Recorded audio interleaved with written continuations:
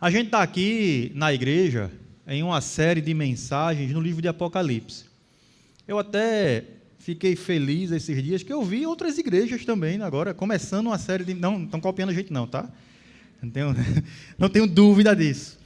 Mas eu vi outras igrejas... Eu nunca tinha visto igreja com série de mensagens em Apocalipse. Aí, orando e pensando, Deus nos conduziu aqui para falar de Apocalipse. Mas aí eu vi outras igrejas fazendo também isso. Eu até fiquei feliz, porque eu acredito que Deus tem levantado realmente no meio de seu povo essa necessidade da gente encarar a Bíblia e o período da história que a gente vive, despertar novamente para isso. A gente olhar para a nossa realidade a partir do livro de Apocalipse. Eu tenho repetido aqui que a gente está vivendo esse momento da história. Jesus veio, Jesus foi prometido, a promessa se cumpriu, ele veio. Viveu, morreu, ressuscitou. E aí ele prometeu que vai voltar. E a gente está vivendo essa parte da história. Entre a primeira vinda de Jesus e o seu retorno. Primeira vinda de Jesus e o cumprimento da promessa de seu retorno. Mas a gente se esquece disso, não é? A gente, quando fala de evangelho, a gente, quando está buscando entender a Bíblia, a gente só quer saber da vida agora, da vida aqui. E a gente perde essa perspectiva de eternidade, essa perspectiva de futuro, essa perspectiva da volta de Jesus. Mas é importante a gente olhar para o presente à luz da realidade dessa promessa, à luz da realidade do período que a gente vive. A gente precisa olhar para a realidade presente, ansiando pelo futuro que vai se cumprir. E por falar em realidade presente, eu acredito que você já percebeu, olhando para o hoje e para o passado recente, como nossas vidas são frágeis. Não é verdade? Como a ordem jurídica, a ordem social, a ordem econômica são instáveis e ruptas. Podem se romper a qualquer momento. Eu não vou muito longe na reflexão que eu vou fazer agora, nas datas, mas eu queria lhe lembrar de alguns eventos dos últimos 25 anos, para você entender aí, ou você relembrar o tempo que a gente vive. Em 2001, a gente teve o ataque às Torres Gêmeas, lá nos Estados Unidos, lembra? E inaugurou no mundo uma nova era de insegurança global. Ninguém sabia qual é o próximo atentado, o que é que vai acontecer, como é que vai ser o mundo a partir de agora, como isso vai afetar a economia dos Estados Unidos e, portanto, o resto do mundo. Mas houve também, a partir dali, atentados terroristas espalhados pelo globo e guerras prolongadas, sanguinárias. Em 2008, nós tivemos uma crise financeira mundial, lembra disso? Nós tivemos o colapso de bancos, nós tivemos queda das bolsas, nós tivemos desemprego em massa, instabilidade econômica que afetou as nossas mesas. Em 2011, a gente teve, talvez a gente não tenha percebido muito bem aqui no Brasil, mas a chamada Primavera Árabe. A gente teve um período muito intenso de instabilidade política, guerras civis, confrontos sanguinários, consequências humanitárias devastadoras. E muita perseguição religiosa em vários países ali do Oriente Médio, a partir de uma série de revoluções que foram se levantando ali. 2014 a 2016, lembra do Estado Islâmico? Acho que todo mundo lembra. A gente teve aquele período também de propagação do terror, de guerra, de execuções, atentados em diversas nações e o mundo chacoalhado de novo. E aí, trazendo um pouquinho para aqui, para dentro do Brasil, em 2016, a gente teve impeachment no Brasil, lembra? Não vou entrar em política não, mas lembra? E aí, trazendo novamente um período de instabilidade, de dúvida, aprofundando crises que já existem no Brasil. Em 2020, nós tivemos a pandemia, de repente, batendo na nossa porta, paralisando economias, desencadeando mais uma vez desemprego em massa, quebrando empresa, ceifando milhões de vidas, gerando de novo instabilidade política, expondo fragilidades estruturais de diversos governos. 2021, a gente teve crise energética no Brasil, que afetou a produção, o custo de vida, o consumo. 2022, a gente teve o início da guerra da Rússia e Ucrânia aí, reacendendo de novo no mundo tensões militares. Já se começa, vai vir a terceira guerra, vai vir a terceira guerra, vai vir a terceira guerra.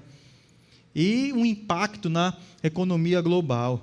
2023, a gente tem mais uma guerra em Israel, um atentado terrorista e uma guerra iniciando, reacendendo de novo conflitos históricos ali no Oriente Médio, guerras prolongadas e rumores de guerra.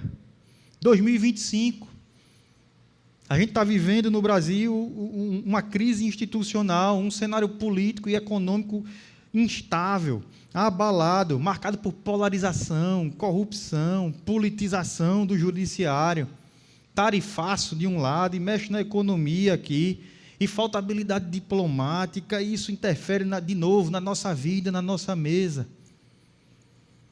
Tudo isso eu estou só citando algumas situações aí dos últimos anos, sem falar de outras guerras e situações absurdas que geraram crises e milhões de mortes e caos generalizado. Além de outros absurdos óbvios da história, mais para trás ainda, como as guerras mundiais, o regime soviético lá de Stalin, o regime nazista, o Holocausto, o genocídio em Ruanda. A lista não tem fim. Esse é o nosso mundo. Bastante instável. Eu percebi que eu pergunto muito isso, mas vou perguntar. É verdade ou não é? Talvez, se a gente fosse representar o nosso mundo numa obra de arte, ele vai ganhar um ponto quem disser que obra é essa. Guernica. Um ponto para Heitor. Eu sei que tem mais gente que sabe, estou brincando.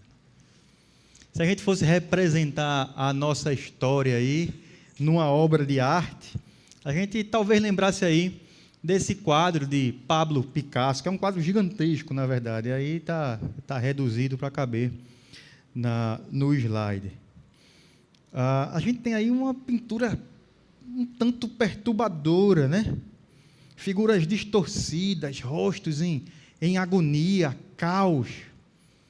Picasso aqui estava vivendo um momento da Guerra Civil Espanhola, e ele transmite com intensidade e impacto, em seu estilo maravilhoso, esse horror do sofrimento que marcou aquele período. Pois bem, em Apocalipse, nós temos também um retrato da realidade. A gente vai, a partir do próximo domingo, entrar nos capítulos que vão ter descrições intensas e algumas até perturbadoras. E aí, já não por efeito literário, tá? Não por impressão artística, mas por revelar com absoluta fidelidade e gravidade a realidade do pecado, a seriedade do juízo de Deus e a certeza de que a história está nas mãos dele. E ele está conduzindo essa história. Mas antes da gente entrar nesse capítulo 6, a gente tem um capítulo 5 aqui hoje, introduzindo o que é que vem a seguir. E essa introdução, ela começa com um drama silencioso no céu. É um livro selado na mão de Deus e a constatação de que ninguém é digno de abrir este livro. E a gente vai entrando aqui no primeiro movimento dessa história. Vamos ler aqui o capítulo 5 de Apocalipse? Abra aí na sua Bíblia. Abra aí no seu celular. Apocalipse, capítulo 5. Página 1169. Encontraram? Então vi na mão direita daquele que está assentado no trono. Parar um pouquinho. Lembra de Apocalipse 4, que a gente falou do trono? A gente está no mesmo ambiente ainda aqui. João está no mesmo cenário. Se você não viu, Está lá no YouTube, você entra Redenção Recife, lá no YouTube, você tem a série lá de Apocalipse sendo colocada semana após semana. Mas no capítulo 4, João tem essa visão da sala do trono. Então vi na mão direita daquele que está assentado no trono um livro em forma de rolo, escrito de ambos os lados e selado com 7 selos. Vi um anjo poderoso proclamando em alta voz: quem é digno de romper os selos e abrir o livro? Mas não havia ninguém, nem no céu, nem na terra, nem debaixo da terra, que pudesse abrir o livro, ou sequer olhar para ele. Eu chorava muito, porque não se encontrou ninguém que fosse digno de abrir o livro e de olhar para ele. Então, um dos anciãos me disse: não chore. Eis que o leão da tribo de Judá, a raiz de Davi, venceu para abrir o livro e os seus 7 selos. Depois vi um cordeiro que parecia ter estado morto, em pé, no centro do trono, cercado pelos 4 seres viventes e pelos anciãos. Ele tinha 7 chifres e 7 olhos, que são os 7 Espíritos de Deus enviados a toda a terra. Ele se aproximou e recebeu o livro da mão direita daquele que estava sentado no trono. Ao recebê-lo, os 4 seres viventes e os 24 anciãos prostraram-se diante do Cordeiro. Cada um deles tinha uma harpa e taças de ouro cheias de incenso, que são as orações dos santos. E eles cantavam um cântico novo: tu és digno de receber o livro e de abrir os seus selos, pois foste morto, e com teu sangue compraste para Deus gente de toda tribo, língua, povo e nação. Tu os constituíste reino e sacerdotes para o nosso Deus, e eles reinarão sobre a terra. Então olhei e vi a voz de muitos anjos, milhares e milhares, milhões e milhões. Eles rodeavam o trono, bem como os seres viventes e os anciãos, e cantavam em alta voz: digno é o Cordeiro que foi morto, de receber poder, riqueza, sabedoria, força, honra, glória e louvor. Depois ouvi todas as criaturas existentes, no céu e na terra, debaixo da terra e no mar, e tudo que neles há, que diziam: aquele que está sentado no trono e ao Cordeiro, sejam o louvor, a honra, a glória e o poder para todo o sempre. Os 4 seres viventes disseram: amém. E os anciãos prostraram-se e o adoraram. Amém. Que texto lindo e poderoso. Vamos orar, irmãos? Senhor Deus, nós te pedimos que tu possas continuar, Pai, falando aos nossos corações através do teu Santo Espírito, Senhor. Apesar de mim. Usa, Pai, a tua palavra, Senhor, para transformar vidas aqui nessa manhã, para nos trazer para mais perto de Ti. É o que nós te rogamos. Amém, Senhor. Irmãos, nós começamos aqui no capítulo 5 de Apocalipse com um problema, um drama silencioso, porque a gente está naquele cenário em que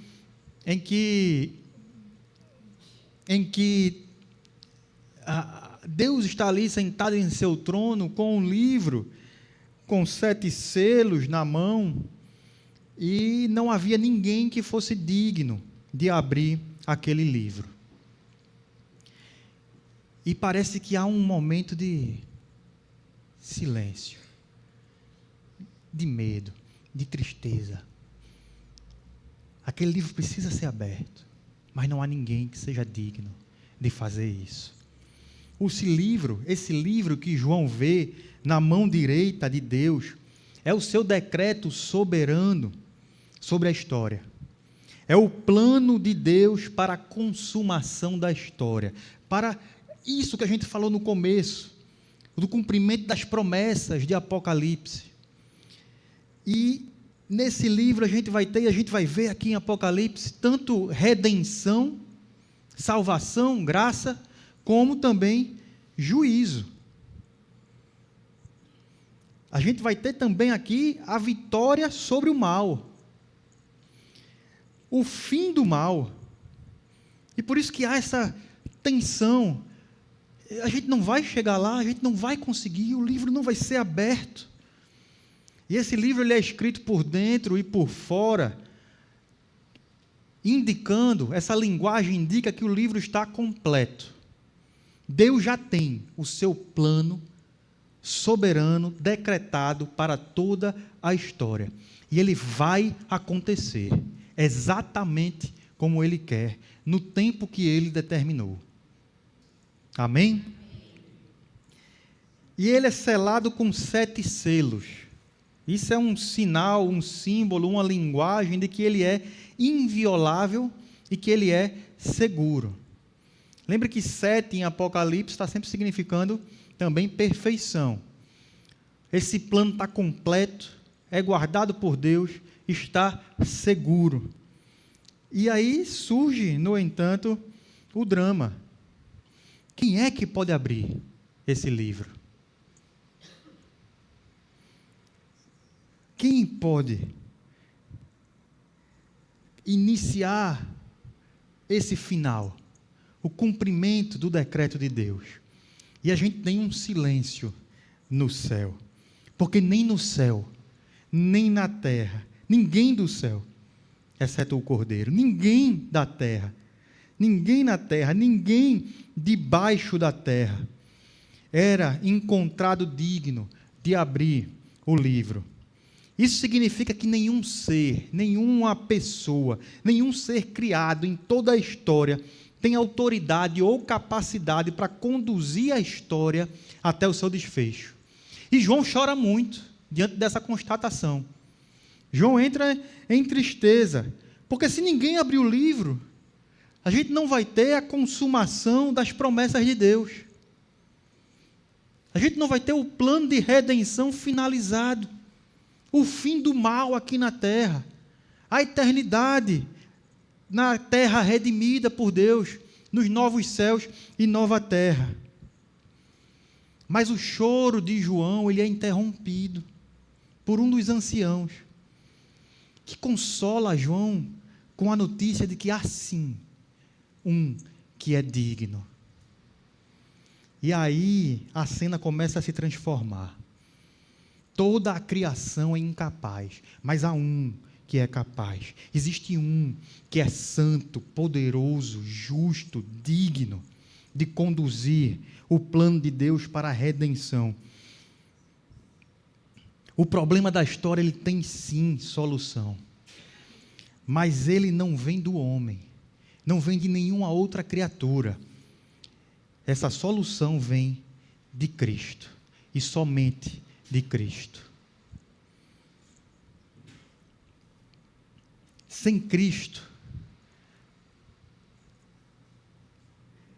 não existe esperança. Nenhum governo, nenhuma criatura, nenhum líder, nenhuma ideologia, nenhum avanço humano, nenhum crescimento de economia, nenhum tipo de prosperidade que a gente possa encontrar aqui na terra pode conduzir a história para a redenção. E eu quero lhe convidar a trazer isso, primeiro a entender isso dentro da sua vida, para viver uma vida de adoração a Deus, reconhecendo quem Ele é, reconhecendo a grandeza dEle, a importância dEle, o seu reinado sobre a história e sua obra de redenção. Mas eu quero também que você olhe para a sua vida aqui de forma prática, como a gente tem tentado sempre nas mensagens aqui. Olhe para o Brasil, olhe para o mundo. A gente vê poderes disputando o controle, como se pudessem resolver o problema da história. Às vezes a gente tem uma ansiedade de, por exemplo, sair do Brasil, como se em outro país os governantes de lá tivessem o poder de conduzir a redenção da sua história. Mas saiba que nenhum deles é digno, nenhum deles é capaz. A nossa única esperança é aquele que foi achado digno diante de Deus, o Cordeiro que venceu. Mas quantas vezes, meus irmãos, eu volto, a gente não se perde por achar que o controle da história está nas mãos de outros. A gente já falou disso aqui quando a gente tratou do capítulo 4, do início dessa visão de João na sala do trono. Sabe, o controle da história, da sua história, da história da humanidade, não está no governo, não é Roma, não é César, não é o governo, não é o governante, não é nenhum poder humano que governa. Deus é quem está no seu trono. No entanto, a gente insiste em olhar aqui para baixo como se daqui viesse a solução. Muitas vezes a gente não apenas acredita que o controle está nas mãos de outros, mas a gente começa a considerar que eles são dignos. A gente acha que um sistema econômico é que pode resolver, que uma ideologia é que vai salvar, que um líder político é quem vai definir o futuro da sua vida. E no calor dessa angústia, a gente quase se entrega a eles, com uma confiança, um nível de confiança que só pertence a Cristo. Eu posso dar um exemplo, me perdoe, não vou falar de política em si, mas vou falar de política. Eu posso dar um exemplo claro. Vem aí 2026, com a eleição presidencial. Vai ser a mesma coisa de 2022? Com igrejas se dividindo, pessoas, famílias se dividindo, amizades sendo desfeitas, porque as pessoas estavam colocando suas esperanças na mão de Lula ou de Bolsonaro. E apenas isso. Eu não estou falando que eu não tenho um posicionamento político, tenho. É que eu estou falando de mim, tá? Eu tenho um posicionamento político. Você deve ter um posicionamento político. A gente deve sempre buscar políticos que honrem a Deus. Lembra que eu falei aqui no momento de vidas e bens? Deus lhe envia para o seu trabalho, Deus lhe envia. Eu não falei? Deus envia políticos lá para dentro. Tem que enviar. E a gente precisa dessas pessoas lá, para testemunhar lá, para ser luz lá, para ser transformação lá.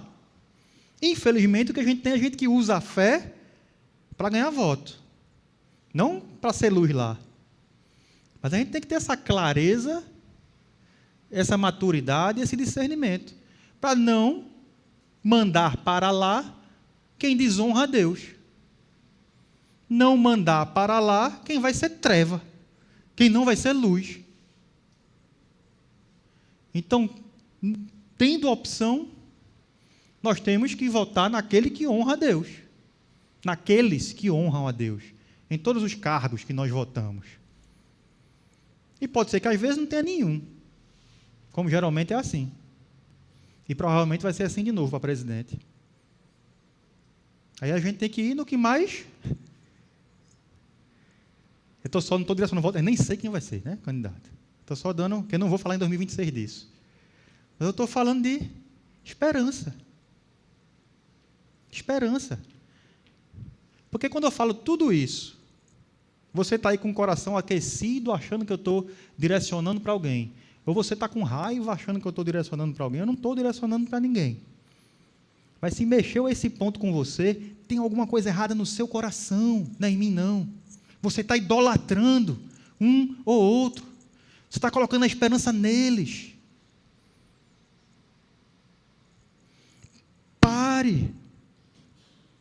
Pare de achar que a redenção do mal está nas mãos de um político. Tem muito crente perdido nisso, mais preocupado e mais dedicado a pregar o voto em A ou B do que a pregar o Evangelho.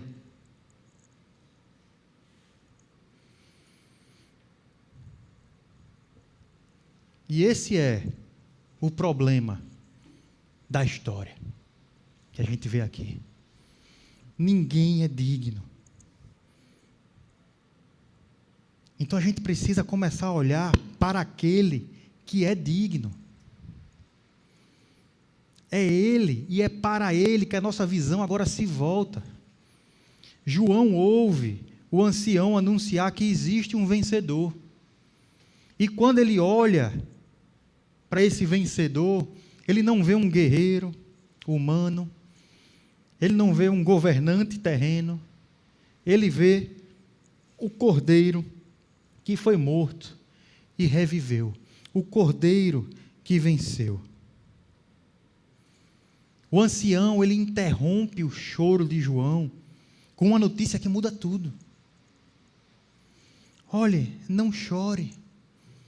O leão da tribo de Judá, a raiz de Davi, venceu para abrir o livro e os seus 7 selos. Essa é a grande virada da visão que João está tendo aqui. A história não está travada para sempre. Existe alguém sim que venceu e existe alguém que é digno. Mas a gente ainda enxerga aqui um contraste surpreendente nas expectativas humanas. João ouve sobre um leão, o leão, símbolo de poder, força, realeza. Mas quando ele vira para contemplar quem é, quando ele vira para ver, esse leão é um cordeiro.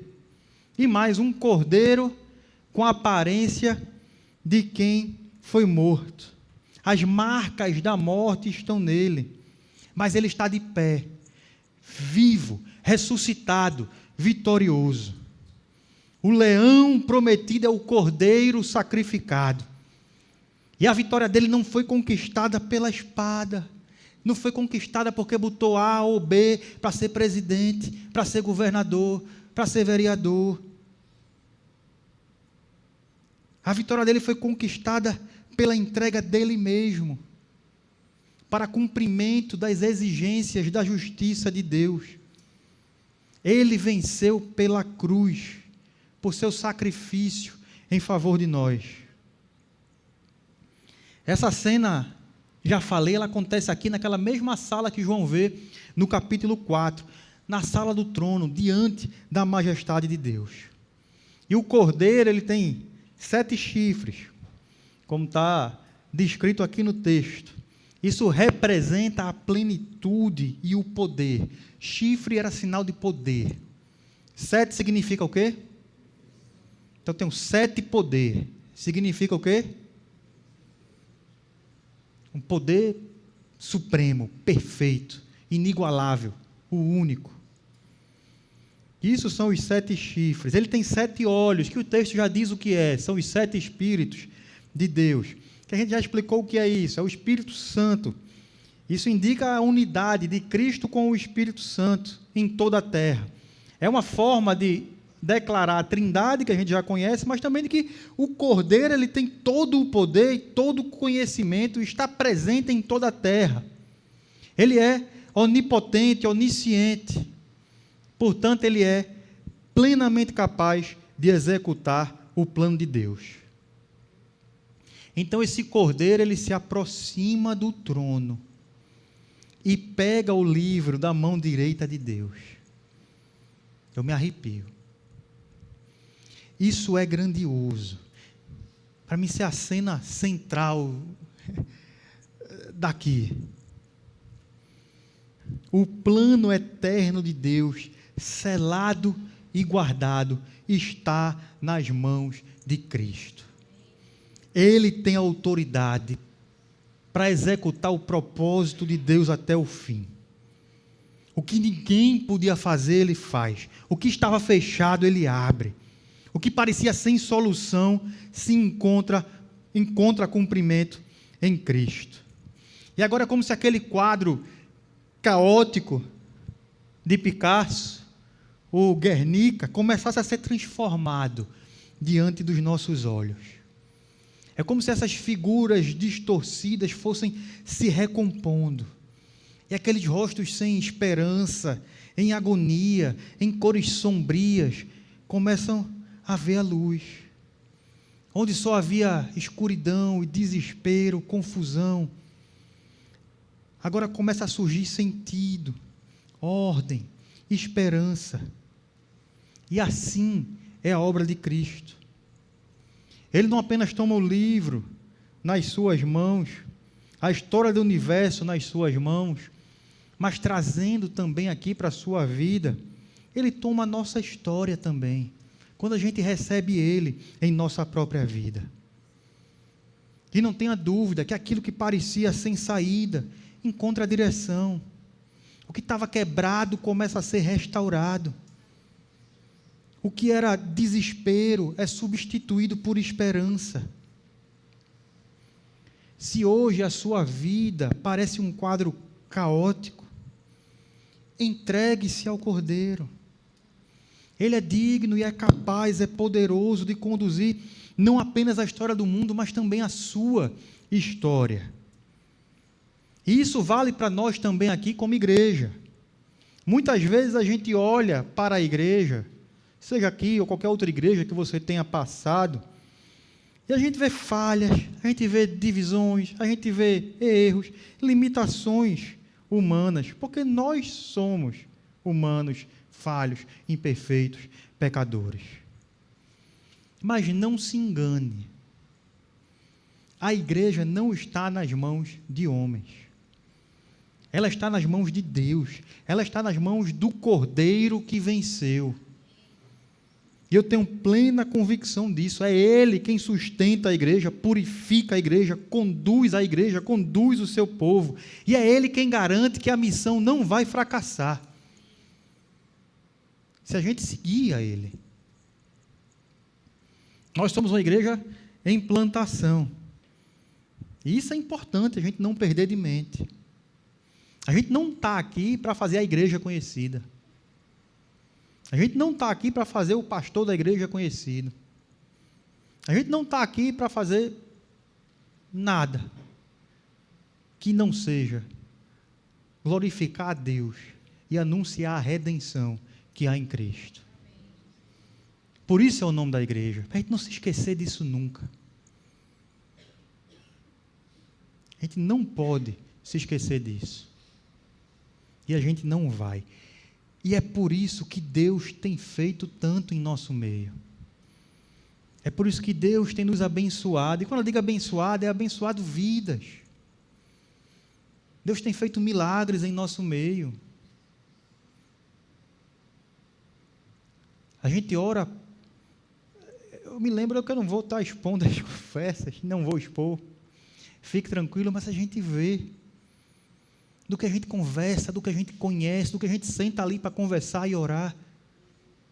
A gente vê Deus agindo, as pessoas voltando, pastor, Deus mudou, está sendo diferente lá em casa, pastor, aconteceu. Pastor, a gente tem até caso aqui de divórcio desfeito. Você sabia disso? Não sabia, né? A gente tem. Olha que Deus tem abençoado, não é que Deus tem nos dado números, não. Que Deus tem transformado vidas.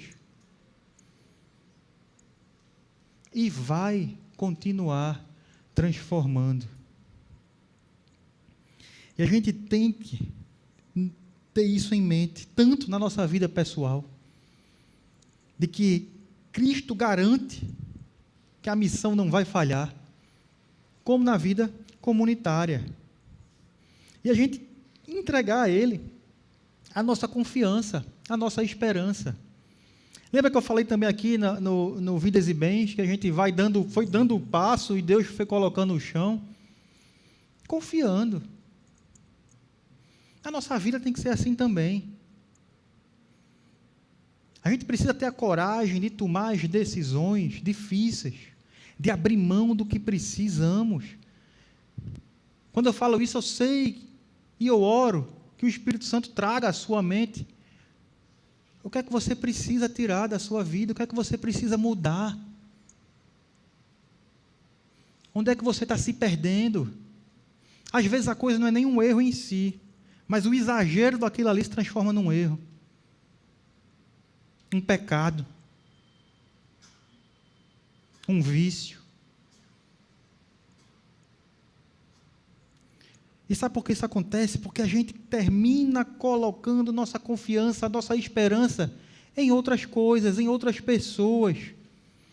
Então eu lhe pergunto, em quem A quem você tem dado a sua confiança? Em quem você tem colocado a sua esperança?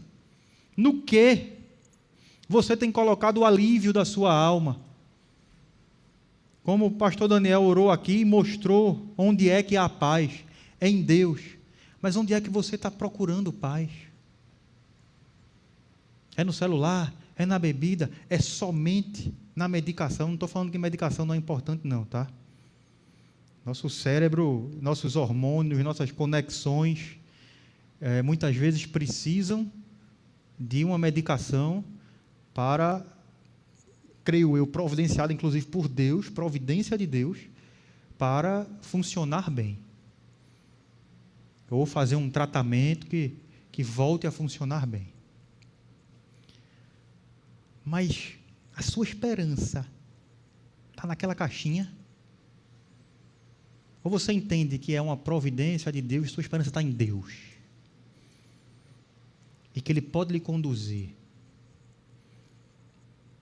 E vai lhe conduzir, e está conduzindo a sua história. A gente precisa se lembrar do que o texto está dizendo aqui. Só há um capaz, só há um digno. Não se entregue a outras pessoas, a outras coisas, a outras esperanças. E João aqui, quando ele contempla o cordeiro tomando o livro, recebendo o livro, toda a cena muda, de fato. O caos começa a ser transformado, o medo, aquele silêncio cheio de ansiedade, talvez, e aguardando e sem esperança, é tomado por esperança e é transformado em adoração. E é tudo isso que a gente começa a ver agora, no terceiro movimento desse texto, que é o louvor universal ao Cordeiro. Quando o Cordeiro recebe o livro das mãos de Deus, toda a cena muda. Aquele silêncio que antes trazia angústia é rompido pela adoração. Os 4 seres viventes, os 24 anciãos, se prostram diante do Cordeiro. Eles carregam taças, harpas, levando as orações dos santos. E isso nos mostra que o louvor e a adoração caminham juntos diante de Cristo. Eu vou repetir isso aqui várias vezes, como a gente repetiu o culto todo. Só Ele é digno de receber a adoração dos céus, de receber a esperança da nossa vida, a atenção das nossas almas. Mas sabe o que é que está acontecendo aqui também? Está sendo dito que Ele recebe, Ele acolhe as nossas orações. As taças de incenso que representando as orações estão sendo levadas ali, estão diante dele, Ele está recebendo como incenso agradável. Que esperança maravilhosa! E eles entoam um novo cântico. Novo porque um novo ato de Deus foi realizado. O Cordeiro morto e com seu sangue comprou para Deus, de toda tribo, língua, povo e nação, pessoas. Ele transformou inimigos em filhos, escravos em adoradores, estrangeiros em cidadãos do reino. Sabe o que é que significa redenção? É esse ato de comprar. Era um termo utilizado quando se comprava um escravo. Era a redenção. Cristo operou a nossa redenção para Deus. Nos comprou do domínio das trevas para o reino do Filho do seu amor. Nele temos a redenção. O perdão dos pecados. Está ali naquela parede. Para a gente sempre se lembrar daquilo e dar glória a Deus, entoar adoração a Ele, com um coração cheio de gratidão, querendo viver cada vez mais para Ele. E esse louvor no céu vai se expandindo, milhões e milhões de anjos se unem ao coro, proclamando: digno é o Cordeiro que foi morto, de receber poder, riqueza, sabedoria, força, honra, glória e louvor. Por fim, toda a criatura no céu, na terra e debaixo da terra se une a esse cântico, e a adoração a Deus inunda o universo inteiro, toda a existência. Meus irmãos, como eu quero viver isso?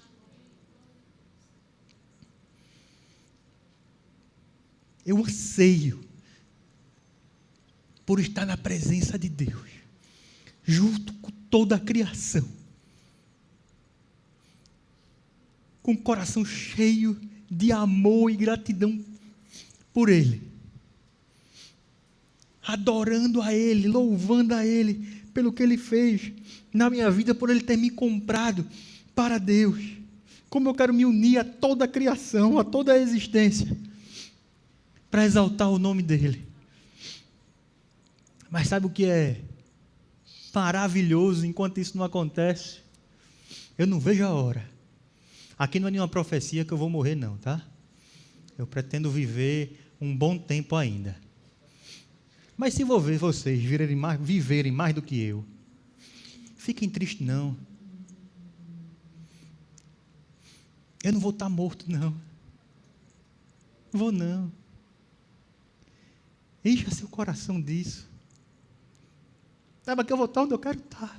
Eu não quero morrer, não, tá? Não é nenhuma doença, não. Eu não quero, não. Agora não. Mas, como disse Billy Graham, né? Um dia vocês vão ouvir, eu vou parafrasear, que a frase não é minha não, tá? Quando ouvirem aí na internet. Um dia vocês vão ouvir que Marcelo morreu. Não acreditem nisso. Naquele dia, eu vou estar mais vivo do que nunca. E eu anseio por estar na presença de Deus, adorando com toda a criação, vivendo a consumação da história, todos reconhecendo a dignidade do Cordeiro. E esse mundo que a gente viu aqui no começo, cheio de medo, caos, incerteza, instabilidade, rupturas, é transformado em culto, em perfeição, em adoração, em uma vida em novos céus e nova terra, sem pecado, sem dor, sem lágrimas, e está lá em Apocalipse, tudo isso a gente vai ver. E eu vou estar lá perto da praia, me procurem lá, quando chegarem. Não sei se vai ter caldinho, será que vai ter caldinho? Eu espero que sim. E queijo coalho na brasa com mel de engenho.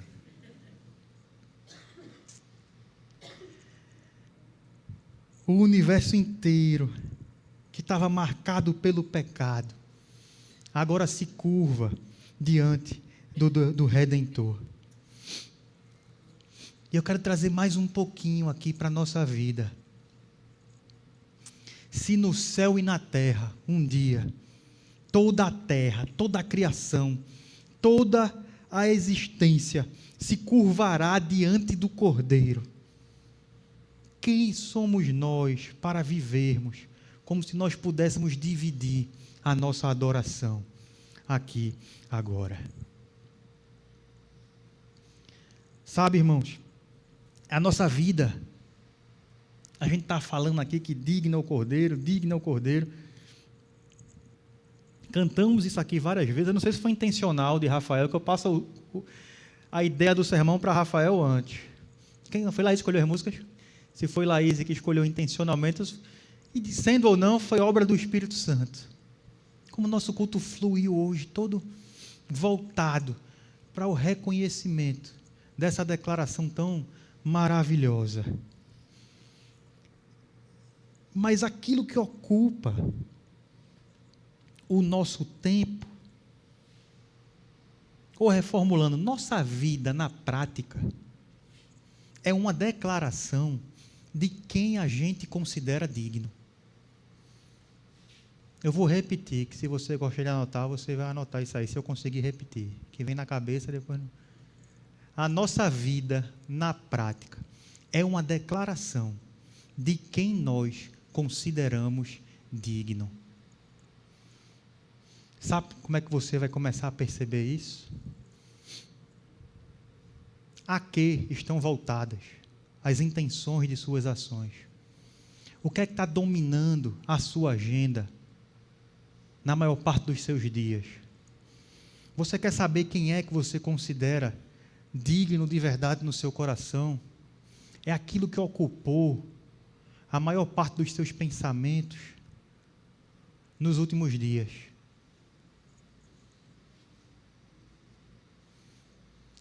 Substituindo Cristo.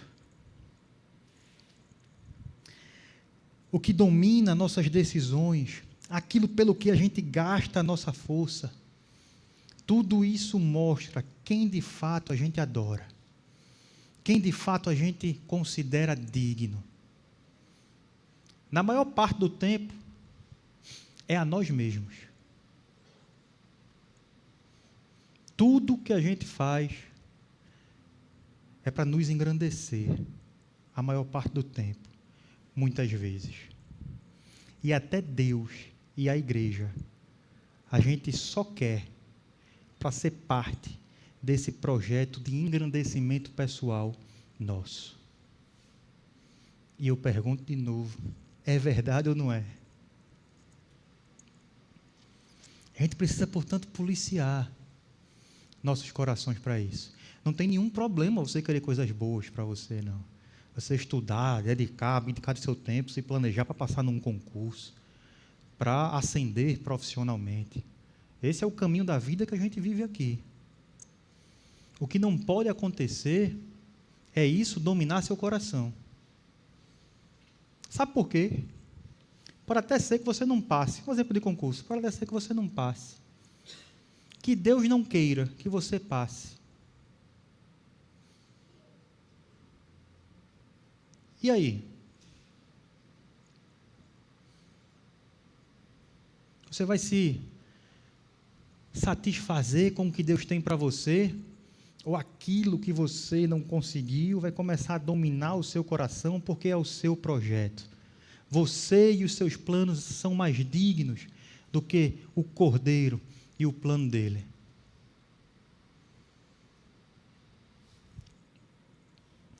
Busque, em primeiro lugar, o reino de Deus e a sua justiça, e todas as outras coisas lhes serão acrescentadas.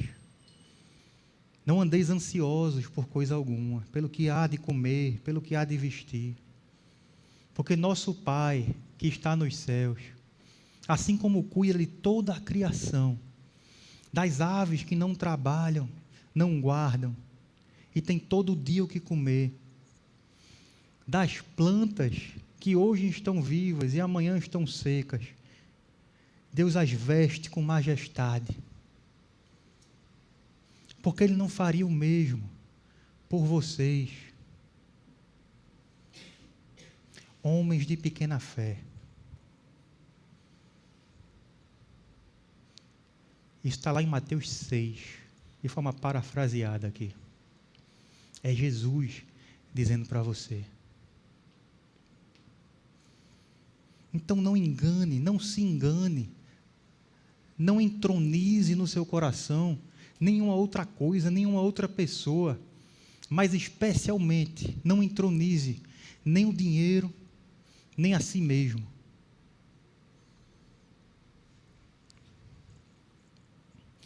Essa visão que João tem aqui nos chama a viver de forma antecipada, como parte desse louvor universal. E é isso, eu digo que é muito bom viver. Sabe onde é que a gente vive isso? E eu amo viver isso também. E meu coração fica feliz do mesmo jeito que eu chorei há pouco. Eu canso de chorar aqui. Sabe onde é que a gente vive isso? É aqui. Sabe por que eu choro tantas vezes na igreja? Porque eu estou vendo Deus sendo entronizado. Teve gente preocupada comigo. Não é? Você está bem? Estou bem. É alegria. É louvor a Deus. É vontade de ir além ainda mais e alcançar mais vidas e ver a redenção dele sendo operada em centenas e milhares de vidas. E a gente se unindo, todos aqui não, isso aqui derrubado num templo novo, do início ao fim ali, juntos, engrandecendo, adorando o Cordeiro. Vamos nessa? A gente não tem dinheiro para fazer isso, não. A gente não tem capacidade de fazer isso, não. Mas o mesmo que está conduzindo a nossa história até aqui, vai continuar conduzindo nossas vidas e a Igreja Batista Redenção para a glória do Cordeiro. Amém? Estamos juntos? Deus quer te usar. Deus vai te usar. E a gente ainda vai cantar muito e adorar muito junto, celebrando o que Ele tem feito e exaltando o nome dEle. E a gente vai seguir proclamando aqui aquilo que é proclamado na eternidade. Digno é o Cordeiro. E concluindo, Apocalipse 5, o louvor pode vir se organizando. Apocalipse 5 nos mostrou aqui 3 grandes movimentos. Primeiro, a gente viu um problema na história. Ninguém é digno. A criação inteira é incapaz de conduzir a história para a sua redenção. Nem anjos, nem homens, nem governos, nem poderes desse mundo. E essa constatação fez João chorar. E essa constatação deveria nos levar a olhar com seriedade para a incapacidade das coisas criadas e todas as pessoas em nos salvar. Depois a gente contemplou aqui o Cordeiro que venceu. Ele se apresentou não como um leão feroz, aos moldes do que se esperava humanamente, mas como um cordeiro que foi morto e reviveu. E ele recebeu o livro das mãos de Deus. É ele quem possui todo o poder e autoridade. E a história da redenção já começou com a sua morte, com a sua vinda ao mundo, sua obra perfeita, sua morte e ressurreição. E é Ele quem nos garante que a história não está à deriva. Se você crê na vinda de Cristo a esse mundo, creia que a história da humanidade e a sua história não está à deriva. O plano de Deus, o decreto de Deus sobre a existência está se cumprindo, dia após dia, por aquele que recebeu das mãos de Deus o livro. E é Ele quem possui todo o poder, toda a autoridade. E por fim, a gente ouviu o louvor universal ao Cordeiro. O céu inteiro, os anjos incontáveis, milhões e milhões, e toda a criação se erguendo em uma só voz. Repito, digno é o Cordeiro. O universo que era caos, terror, medo, instabilidade, agora está redimido, em ordem, e adorando a Deus. O silêncio pesado da incapacidade, quando se perguntava quem é digno, se transforma em música de esperança e adoração.